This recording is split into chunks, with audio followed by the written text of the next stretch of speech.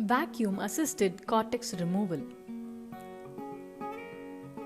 Cortical cleanup is an essential step in cataract surgery, and human minds have unraveled different techniques which over the years has undergone tremendous changes. As truly said, change is the only thing that never changes. Starting from the Ogawa's double bore needle, Gills and McIntyre cannula to Simcoe irrigation aspiration cannula and the newer bimanual and coaxial irrigation aspiration for phacoemulsification, we have traveled a long way. Concerned to manual small incision cataract surgery, the legacy of Simcoe cannula will leave a remarkable footprint in the sands of time, despite the need to flush repeatedly and also retain a constant pull over the plunger of the syringe, which is indeed a physical strain in addition to stress to do a safe surgery. The need for repeated flushing due to inadequate volume of aspiration and the highly variable vacuum relying entirely on manual pull is very fluctuant and completely dependent on the surgeon, which in case of beginners can even cause posterior capsular rent.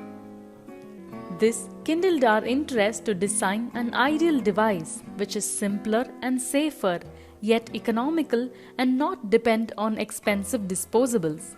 It must also give the surgeon complete control of the vacuum with no build-up or after-suction residual vacuum and allow us to release inadvertently aspirated tissue. We all are aware of the syringe with spring action used in femto surgeries to build up the pressure and stabilize the globe, which had also set the stage for safe device, spring action apparatus for fixation of eyeball. We wondered, why can't we use the same spring action syringe in the Simcoe cannula and let it unwind automatically rather than using manual force to pull the piston? We got into action and experimented it. Unfortunately, to our disappointment, the reality while using a thin coiled spring on a 5cc syringe inside the eye's anterior chamber did not meet our expectations. On analyzing, we could attribute the failure to the spring's lesser recoiling capacity and lesser volume of effective aspiration. However, with persistence and determination, we tried with a range of springs of varying coil thickness and varying number of coils. Eventually, when inadequate volume was the only concern, we jumped in and started trials with a 10cc syringe. After a lot of analysis, we ended up with an appropriate diameter thin caliber coiled spring with approximately 11 coils, producing just the adequate pressure, and named it VCR, Vacuum Assisted Cortex Removal. The VCR system consists of the traditional Simcoe cannula with its aspiration hub having a lure lock adapter system with a 10cc syringe. The plunger and barrel of a 10cc syringe are first disassembled.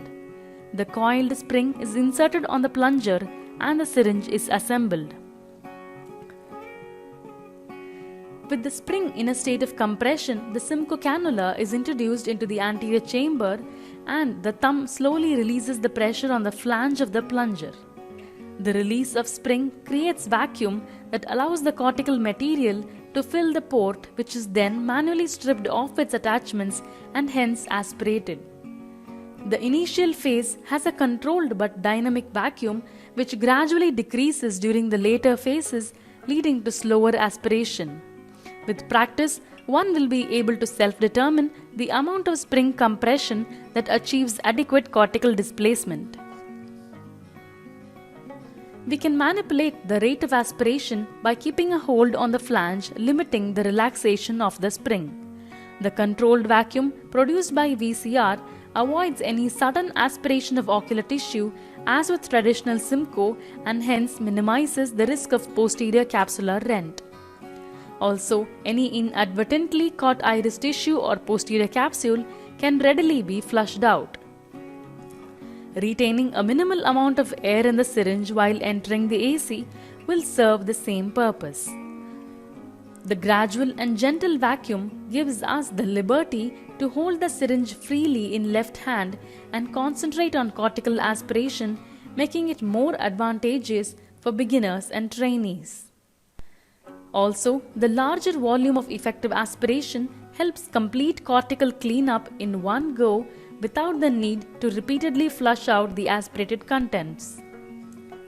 No doubt, there was neither any difficulty to use VCR in a case of corneal opacity nor while doing dry aspiration. VCR fulfills all the criteria for an ideal device. Change does not change tradition, it strengthens it. It is an opportunity and not a threat. Likewise, VCR is an economical, effective and novel change to the tradition and a small step forward towards comfort and safety.